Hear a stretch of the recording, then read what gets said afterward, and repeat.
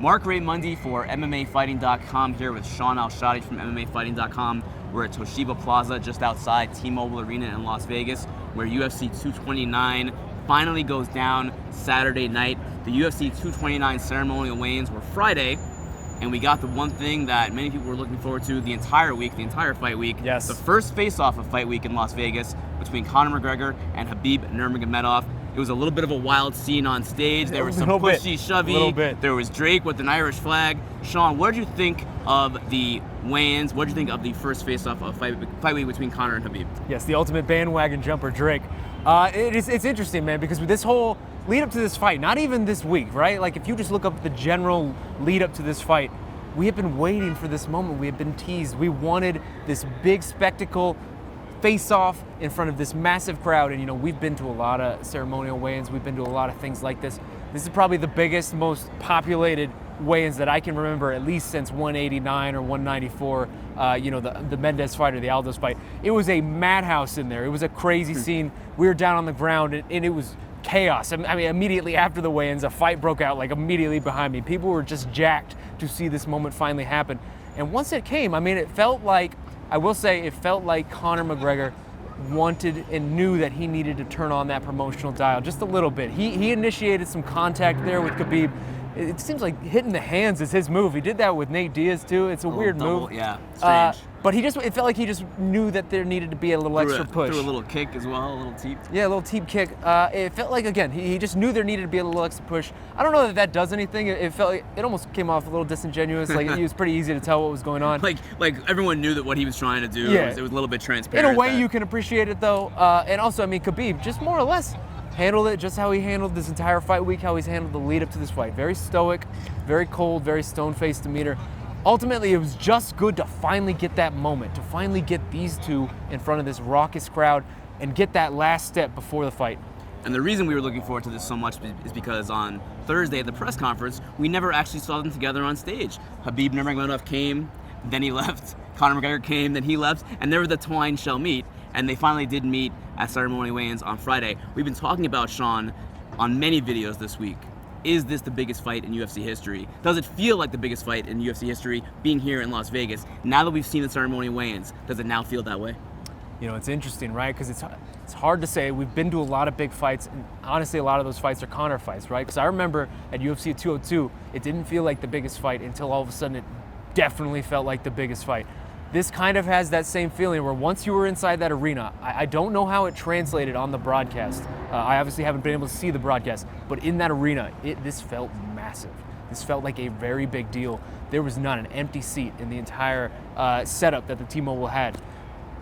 Is it the biggest fight ever? I don't know. I think it is certainly in the top three. It appears to be, at least in what we keep hearing, what we were hearing from sources and insiders, it's trending very well to at least approach that $2 million pay-per-view buy mark. That would be an incredible, incredible accomplishment for the UFC if they were able to match that. We will see, though. There's still 24 hours left. I'm sure there will be a big promotional push over the next 24 hours to get people to buy that pay-per-view. I think ultimately, from what we saw today, though, and just generally the metrics we've been seeing and how it's been feeling on the ground, I think this is guaranteed to be a top 3 fight in the history of the UFC. And if it hits that 2 million mark or exceeds that, it wouldn't only just be the biggest fight in UFC history. It would be the biggest card. It would be one of the biggest cards, boxing pay-per-view, MMA pay-per-view ever. And that's something that I think they're trying to get. McGregor said at the press conference that he stands to make $50 million this weekend. If it approaches the 3 to 3.5 million pay-per-view range, that might be a little bit much, but it did come out today that his guaranteed purse for UFC 229 is $3 million. But yes, we all know that he's making the same as the Diaz rematch. But we all know that he's going to be making far more than just $3 million, and that will depend on the scale of how big the pay-per-view is, which is maybe why a little pushy-shovey happens at the weigh-ins, is it not? Yeah, I would agree with you. I mean, it is interesting just to see those numbers, right? Because Conor $3 million, Khabib $2 million. That is the exact same number that Nate and Conor had for 202. It felt like that they did that on purpose. Enough of the money, enough of the drama. Talk about the actual fight. Conor McGregor, this is his first time fighting in the UFC in 2 years. We saw him last year here against Floyd Mayweather. It was a strange 2017 for him where he made a ton of money, but did he do a lot to advance his legacy, so to speak, in the MMA world? He no longer even has a title to his name, despite the ones that he's carrying around. He's no longer the lightweight champion or the featherweight champion. What is at stake at UFC 229 for Conor McGregor? That's a very good question, and to me, that is the ultimate question. That's why this fight is as big as it feels, right? Because this could be, I mean, Conor McGregor already has done a lot in his career. 13 seconds, Jose Aldo. Eddie Alvarez effortlessly becoming that two-division champion, fulfilling everything that he said he would do from the beginning. And that was always that rise. It was always a slow, not even a slow, it's ridiculous to call it slow, but it was a rise that he called from the top. And once he reached that pinnacle, where the Eddie Alvarez thing, and then you got that Floyd Mayweather circus, and this man is set for life, money-wise. It was always, what happens now? Does he come back? Is it even worth it to come back? What could he possibly do? Now, you know, he's doing it. He's coming back, and not only is he coming back, he's coming against a fighter who basically, I've said this a couple times this week, but if you created a fighter from scratch, video game style, to beat Conor, you would make Khabib. Stylistically, Khabib is everything Conor's kryptonite would be. And so he is coming back to the hardest possible matchup. This feels like the ultimate legacy fight for Conor. He already has a legacy of being, probably the biggest star that we've ever seen in this sport. All these numbers, I mean, the top 3 pay-per-views of all time are his. But if he wins this fight after 2 years layoff against a guy like Khabib, who is just, again, his stylistic kryptonite, that could skyrocket him into the discussion of just all-time great fighters. And that feels like something Conor is very acutely aware of. I mean, he is a very intelligent individual when it comes to discussing the nuances of the fight game, when it comes to discussing history. He pays attention, and especially with legacy. I mean, a lot of fighters, when you talk to them about how will this affect your legacy, how does this feel about legacy, blah, blah, blah, most fighters don't want to talk about that. Conor very willingly wants to talk about that, and this feels like he knows that this could affect his legacy in a very important way. And contrastingly, for Khabib Nurmagomedov, it has always been about Conor. One way or another, for the past 2 years, he has been pursuing this man. Yeah. He's been pursuing gold, most of all. And the way he got it was maybe a little anticlimactic with the Al Quinta fight. But it has all been leading to this Conor McGregor fight. If he wins on Saturday night, especially in the fashion in which a lot of people feel like he could, a very dominant performance, almost like an embarrassing, humiliating performance, that could rocket him into the stratosphere, man. I actually want to ask you a bit about Khabib in a second, but for Conor, one last thing. He still has his fair share of criticisms, right? Even though he's made a boatload of money and he is indisputably the biggest star in UFC history in terms of pay-per-view buys, et cetera, he still has his criticisms. People say that he ducks fights. He hasn't defended a title yet. He's won titles in UFC, has not defended them. Is there anything that critics can say if he were to be able to beat Khabib Nurmagomedov? Does that just put everything to rest? I mean, there will always be criticisms just because of sort of, I guess, the initial path that he took, like you said, not defending titles. He's not defending a title here. Also, just sort of the, getting arrested and all the various things that we've seen over the past year, the thing with Marc Goddard. There are a lot of bad things you could say about Conor McGregor, but ultimately, if you were just looking at resume and what he has accomplished, and if you're hating on him after Saturday night and he's able to win, then you're just a hater, man. Then you're just, straight up, at that point, you're just not going to be impressed by anything he ever does. You brought up the bus attack that happened in Brooklyn back in April. Does it feel like we're a little bit past that now? It feels a little bit like that is no longer part of the immediate narrative. Of course, it's part of the bigger narrative of where these two guys intersect and how this fight got built. But do you feel like, we're just hours away now from the actual fight? Does it feel like that is no longer the most important thing about this fight? No, I don't think it was ever really the biggest, most important thing. Ultimately, it's just a chapter in the book, right? Because this is whoever writes the book 10 years from now on this Conor Khabib saga, maybe it'll be you. Maybe it'll be me, maybe it'll be our own Chuck Mindenhall, somebody. It'll just be a chapter. Well, that's a good question. But it'll just be a chapter in the book, right? I don't think it's anything more than that at this point. It's a promotional tool. It was a very awful situation. It was a stupid situation. But at this point, it's just a promotional tool. I don't know that anybody's thinking about it at this point. Khabib, you mentioned that he could be a huge star after this fight. How does that happen? Is it just a matter of him winning the fight in devastating fashion? Because there are more things that go into being a star, of course. McGregor has his own whiskey. There are levels to this game. Do you think Khabib could reach that level where he's a top pay-per-view draw for the UFC? So Khabib will never reach the Conor McGregor level because nobody probably, for at least a while, will reach the Conor McGregor level. But Khabib could certainly reach sort of the John Jones, like that mid-tier star who can pull 500,000, 600,000, 700,000, depending on opponent. Look at what happened with Nate Diaz, man. One win over Conor McGregor. Nate Diaz is a guy who's been in our lives a long time. He's been in the sport a long time. He's lost a lot of fights. He's lost double-digit fights. one win over Conor shot him into the stratosphere, and I've used that term twice now, but it really did. Nate Diaz now is like a star. Like, even we haven't seen him for a bit, so maybe that star's faded, but just immediately post 196, 202, Nate Diaz was a massive star. If Khabib is able to do this on Saturday night, he could really get to that level.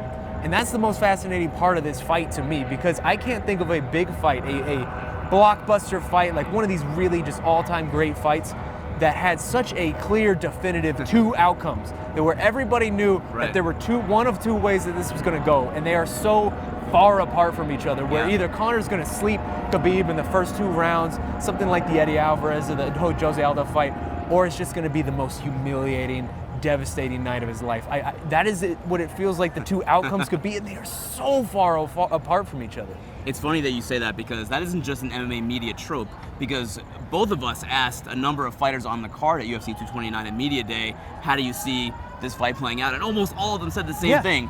Conor early, Khabib late. So I will ask you this, Shaun. How do you see this playing out? Is the conventional wisdom correct? Whether it's either an early knockout for McGregor or a long, drawn-out beatdown by Khabib, is that correct, or do you see something else happening? It's bizarre, man, because, not even this week, because you're right, on Media Day, we did ask a lot of fighters, and that was the overwhelming consensus. Not even this week, but in the lead-up to this fight, I've asked everybody I know in the fight game, basically, anybody I've come across, just how do you generally feel like this could go? And literally everybody I've talked to has given that same answer. Fighters, coaches, managers, officials, just everybody. That's how it feels like it's going to play out. And again, these are two drastically different outcomes. It's a fascinating fight on a lot of levels. So now I got to ask you, what is your pick? This is our preview show. This is the tradition. Man. What's your pick? Khabib, McGregor. It's weird. I came into this week and I had no idea. I've been trying to think about what my pick is for a couple weeks now, and I have no idea. I figured once I see the week, once I see the press conference, see how they weigh in, see how they look, see how they interact, maybe I'll get a sense, maybe I'll get something. I still got nothing, man. I got nothing. So I calm down. I'm going to make a pick. I'm getting there. Gotta give us something here, Al-Shatti. I'm getting there. I still have nothing, because it's in my head.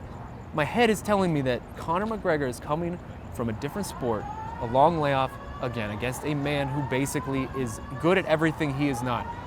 My head says that Conor McGregor is going to get beaten and beaten badly, and I just don't. That's what it feels like, but I can't get this image out of my head of Conor McGregor sleeping Khabib in the first 30 seconds of the fight, because we've just seen it. We've just seen it before. We've just seen this guy do the impossible over and over and over again, and it's almost like he's a wizard in there, just being able to pull out these moments that you don't feel are real. I remember the lead up to the Jose Aldo fight. Everything he said, it felt like such hyperbole. It felt so silly in the moment. And now we look back on it and everything came true. Same with the Eddie Alvarez fight. So that's a long way to go to reach whatever I'm about to say now. I'm going to pick Khabib. I don't feel good about it. If Conor goes out there and wins in the first or second round, I'm not going to be surprised at all. And I generally pick Conor fights wrong. I've been wrong on quite a few Conor fights just because, again, the man does the impossible in a way that is really incredible. So I'm picking Khabib, but I don't feel good about it. And now I'm going to turn this on you because I need a pick from you as well. Man, and just so you know, I've been wrong about every single Conor McGregor fight in the UFC going back years and years and years. So you're picking Dennis Seaver, right? Only one, well, going probably back to the Dennis Seaver fight, but the only one that I got right was Mayweather over McGregor, but that wasn't even in the UFC. So I've gone against McGregor a lot, and I'm not going to do it here. I think Conor McGregor beats Khabib Nurmagomedov. The run continues in the UFC. He makes history yet again here in Las Vegas. And that's it, as Conor McGregor would say. First round knockout of Khabib Nurmagomedov, Conor McGregor. That is my selection. I also don't feel good about that at all, like you said. Yeah. But that is my prediction because I just can't get that out of my head. There's just something about this man that rises to the occasion and just doesn't. It doesn't really make any sense. It makes no sense because all the analysts in the world, all the best fight analysts, all the people who have the experts, the people who have done it themselves, none of that really makes sense. None of that actually matters when Conor McGregor steps into the octagon, and that's just what my So you're going first round knockout. First round knockout. I'll go, since you went round, I'll go round. I'll go fourth round TKO. I think Khabib weaponizes pace in a way that very few fighters do in the UFC. I think he's just going to outlast Conor and just really wear him down.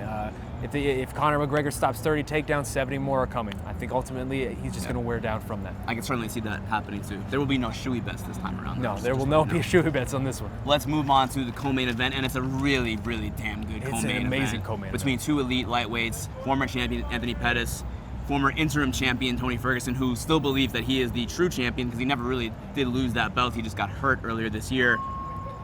Shaun, is this fight getting overlooked because of the other ridiculously amazing fight that everyone's talking about in the same weight class? I don't think it is, actually, which is surprising because I felt like it would be. But Tony Ferguson, you've said this a couple times this week, he's kind of been one of the MVPs of this fight week. He's been a fascinating character, and it's really been almost like a three kings dynamic with this lightweight division where Tony, Khabib, and Conor are all carrying around belts. They're all carrying themselves as champion, calling themselves champion, and they all, in some way, have a claim to that title. Obviously, Khabib's the actual champion. But they all could have a claim to that title. Two of those guys that aren't Khabib never actually lost the belt in any real way other than it getting stripped. It's true. So, is the fight getting overlooked? I don't think so. I think they brought adequate attention to themselves, and it is such an important fight just purely because of where it is on this card, right? It's so perfectly set up to where if Tony Ferguson wins in spectacular fashion, he can maybe make a call out, he can be next in line, whether it's Khabib or Conor. It feels perfect the way it's set up. Do you think the winner of that fight gets the winner of Khabib versus Conor next? I think it's too early to say. Obviously, Dustin Poirier versus Nate Diaz is next month. That's also another big one. There's a lot going on in this lightweight division right now. There's a lot left to figure out. I also think it depends on the outcome of the main event. If Khabib wins, I feel like order could be restored to this division and we'll start going through the pecking order.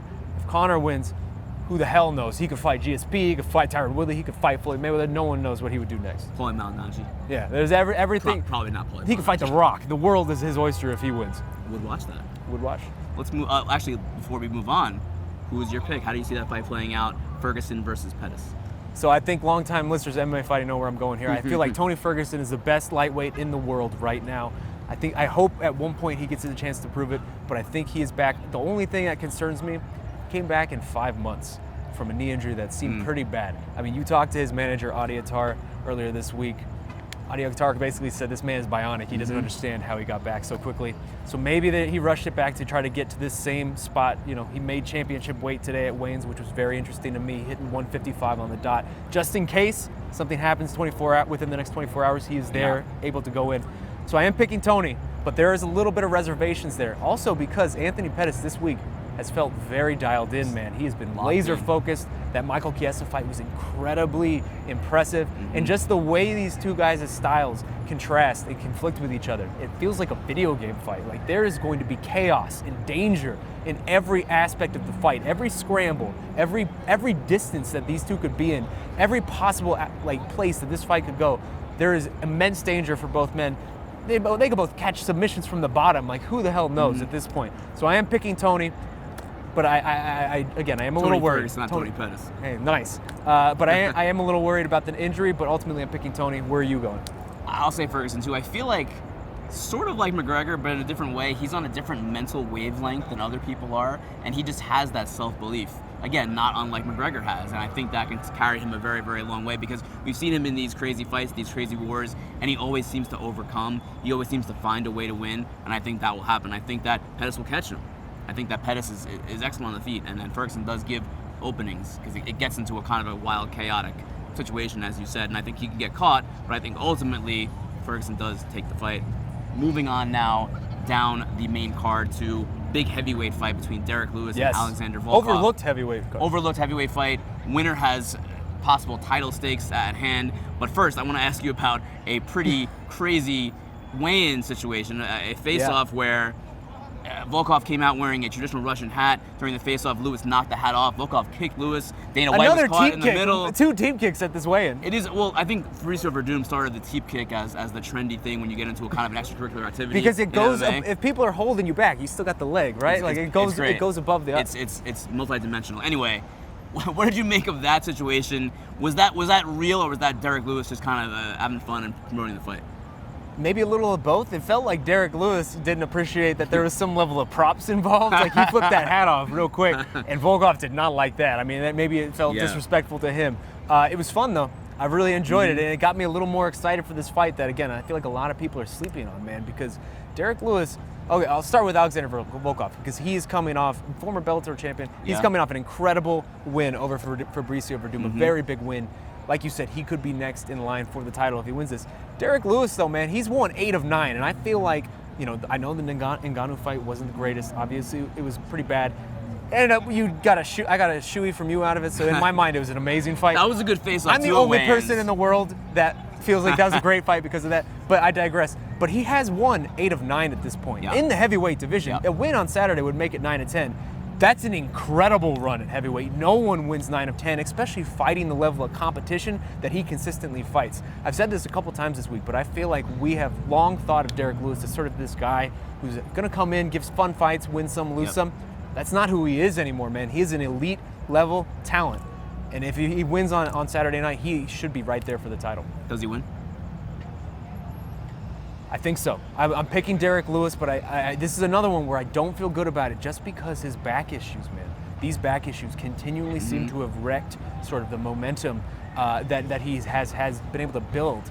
He said, you know, in the lead up to this fight a couple different times now, he got shots in his back, steroids in his back, USADA approved steroids, he noted, that are going to last him 10 to 12 months from the same doctor Tiger Woods goes to, a couple other famous people. So he feels good about it. And also he vowed to all of us on Thursday that he's going to go balls out in the first round. And even if he gasses himself out, he promised an incredibly fun first round for everybody. And if he gasses out, it's our fault, he told us. But I'm going to take Derrick Lewis, but there are some reservations there because I feel like people are sleeping on how good Alexander Volkov is. I will not sleep on Volkov. I'm going to take him by decision. I feel like the range and his technical striking ability will kind of keep Derrick Lewis at bay to the point where Derrick Lewis sometimes later in fights is not as fresh as he is early in fights, if that makes any sense. Moving on to a very interesting light heavyweight fight that also has big time stakes in that division. Dominic Reyes on the come up, prospect from California facing Ovince StPreux. Shaun, how do you see that fight playing out? It's an interesting fight. Ovince StPreux is effectively being used as a gatekeeper once again. I mean, we just saw this with him and Tyson Pedro. Kind of shoved Tyson Pedro back down, said it's not your time yet. I think the same thing might happen with Dominic Reyes. I mean, they both are tremendous athletes, both former football players. Dominic Reyes has been killing fools so far in this light heavyweight division. 3 straight first-round knockouts, or stoppages, I should say, to start his UFC career. That division badly needs new blood. I feel like, once again, the OSP is going to say, hey, not your time yet, young fella. I'm going to go against you again, Shaun. I'm going to take former Former IT professional Dominic Reyes will troubleshoot, figure out a way to beat Ovince StPreux. I see what you did there. By decision. Next fight, it's the opener of the main card. It's a fantastic women's strawweight fight between Michelle Waterson and Felice Herrig. Shaun, thoughts on this fight? How do you see it playing out? You know, this is interesting because it's a true OG fight. Both these women have been around since before this division was even a thing, right? Before the UFC had this division, before Invicta, they've been around a long, long time, and yet they're still going. They both feel like they're evolving. Their game is growing. And Michelle Waterson, she got the monkey off her back. I mean, she coming in earlier this year in Glendale, she was on a 2-fight losing streak, and it really felt like a crossroads for her career. She pulled out an incredibly tough, somewhat controversial win over Courtney Casey. And this week now, she feels like she's kind of had that weight off her shoulders now. She's feeling a little more free. I'm going to pick Michelle Waterson. I think she'll win by decision. I'm going to go against you yet again, Shaun. I love it. I'm taking Felice Herrig by split decision. Oh, you're getting specific. I'm being specific. I like Felice Herrig's vibe all week, and she was very honest and candid at media day about what her thoughts are about Conor McGregor and his fans. Unprompted. And that does take some confidence to do because she was facing a backlash from those said little minions, as she called them. That wraps the main card. Shaun, we're going to get out of here soon, but I want to ask you one last thing. Is there anything else in the card on the prelims that kind of stands out as a big deal or that we had not mentioned that's kind of under the radar? You know, it sucks that we lost the Shaun O'Malley fight. I was really looking forward to that fight. He feels like he might be a potential guy that the UFC could really do some good stuff with. I talked to him before his fight fell out, and he was really excited. He felt like he was going to steal the show. It sucks that we don't get that fight. But I mean, it's not the deepest card, and I feel like we see that a lot with Conor fights because they don't have to be the deepest cards. But there is one that I really, really have my eye on, and that's the headliner of the FS1 card. Sergio Pettis versus Juicy A. Formiga. The fighting Pettis brothers fighting on the same night once again for the 4th time in the UFC. And at this point, it almost feels like Sergio has, in a way, not in popularity or anything like that, but just in the term of contendership, he has surpassed Anthony very quietly. He's right there, right? He's number 2 ranked in that flyweight division.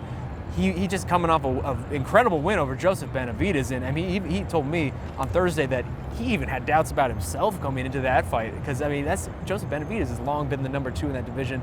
Sergio Pettis managed to pull it off.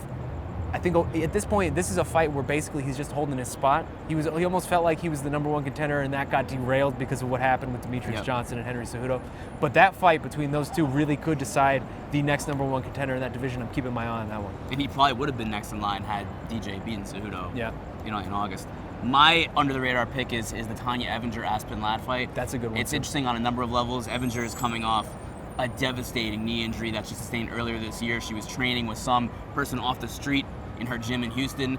I guess the gentleman rolled onto her leg. She said it broke her leg, her tibia. She tore ligaments. It was a disaster. But she is back. She fired her coach. She left her gym. It's a brand new Tanya Evinger. It's a little bit soon, almost like a Ferguson situation where she just had that big knee injury and now she's back. But she is also someone in that 135-pound division that she's the former Invicta champion. That division could use some new contenders, with Nunes kind of leaving to go fight Cyborg 145 and then coming back next year. So Evinger, if she gets that win, it's a big deal. Aspen Ladd has been having these weight cutting troubles. Dude, today was scary. Very scary, where she was very shaky on stage. But if she can overcome that, she's 23 years old, she's 6-0, she's a top prospect. Again, that division needs top prospects. And if she gets a win over Tanya Evinger, an OG of women's MMA, it's a big, big victory for her. And I mean, the whole card to me it maybe doesn't have the biggest names on the prelims, as you said, but I think it's going to be a fantastic card through and through. Tony Martin versus Ryan LaFleur is the opener, and even that I think could have some fireworks. They were kind of jawing at each other a little bit. Sure, there was some tension this week as well. All right, I think we're going to wrap this up here, Shaun. It's been a really fun week at UFC 229 in Las Vegas. A crazy week, and it gets a little bit crazier because we get the real deal in the cage on Saturday. Thank you guys for staying with us this entire week at MMAfighting.com, and please stay posted for all your during the fight and post-fight coverage from the website. For Shaun, I'm Marc, Esther, Casey. Stay posted at MMAfighting.com. Thank you guys so much.